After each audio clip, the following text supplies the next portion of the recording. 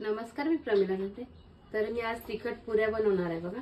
त्यासाठी गव्हाचं पीठ घेतले 1 प्लेट, 1 वाटी ज्वारीचं पीठ आहे, थोडंसं बेसन आहे, हिरवी मिरची आणि लसूण बारीक करून घेतलाय, 1 प्लेटभर कोथिंबीर घेतली। तर अगोदर मी गव्हाचं पीठ टाकून घेते। हे ज्वारीचं पीठ आहे, चाळून पीठ मी सगळे घेतलेले आहेत बघा। हे बेसन पीठ आहे, हिरवी मिरची आणि लसूण बारीक करून घेतलाय, ओवा थोडासा स्वच्छ नीट करून घेतलेला आहे बघा। मी आता हळद टाकून घेते, 1 चमचा, छोटा चमचा हळद आहे। ही बारीक चिरलेली कोथिंबीर आहे, ही पण सगळी टाकून घेते। भरपूर कोथिंबीर टाकली का पुरीला चव लागते चांगली। तर आता हे पाणी ओतून मी तिंबून घेणार आहे।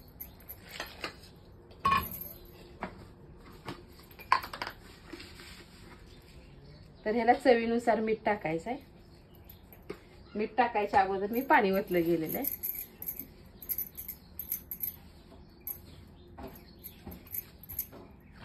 थोडं थोडं पाणी ओतून गोळा तिंबून घ्यायचा आपल्याला।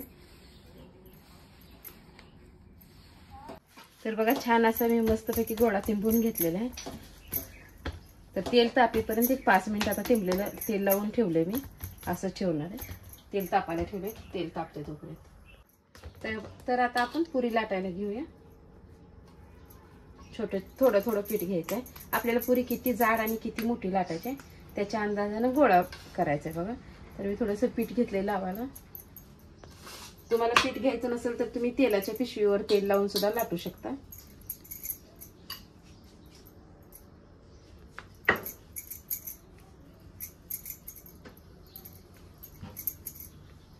तर मी एवढ्याच लाटणार आहे। आता तेल पण आपलं छान असं तापलेलं आहे, तेलामध्ये एक एक सोडून घेणार आहे।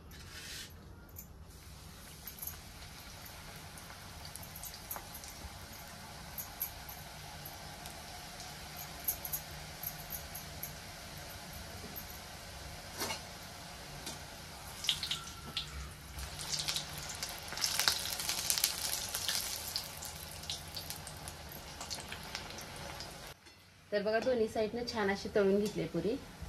तर आता एका ताटामध्ये मी काढून घेते हे ना।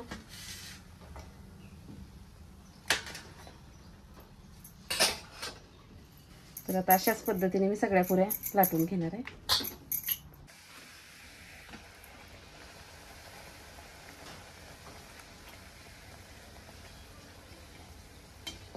तर बघा, सगळ्या पुऱ्या अशा दोन्ही साईडने टंब अशा फुगल्या त्या।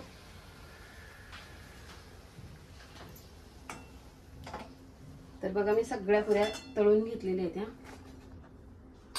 तर तुम्ही ही अशा पद्धतीने बनवून बघा। माझा व्हिडिओ आवडला तर नक्कीच लाईक करा, सबस्क्राईब करा। फेसबुकवर बघत असाल तर फॉलो करा।